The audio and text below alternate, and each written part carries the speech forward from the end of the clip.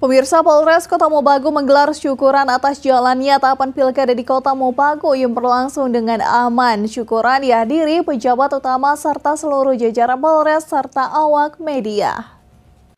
Bertempat di lapangan upacara Mapolres Kota Mobagu bersama awak media menggelar syukuran atas berjalan amannya tahapan pilkada di Kota Mobagu. Syukuran ditandai dengan doa bersama dan dilanjutkan dengan makan bersama seluruh undangan dalam suasana kekeluargaan. Dalam sambutannya, Kapolres Kota Mobagu AKBP Irwanto selain bersyukur atas perkenanan Tuhan juga mengucapkan terima kasih kepada semua pihak hingga memungkinkan pilkada dapat berjalan aman di Kota Mobagu. Kita sebagai manusia hanyalah sebatas ikhtiar dan doa.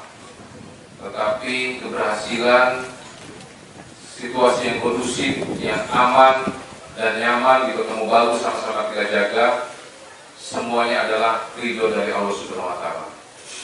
Tentunya tidak lepas juga dari bantuan rekan-rekan media yang luar biasa turut mengawali pesta demokrasi di Kota Mobagu ini dengan berita-berita positif dan berita-berita yang mengedukasi, sehingga berita-berita hoax dan yang keren-keren negatif bisa teratasi dengan baik.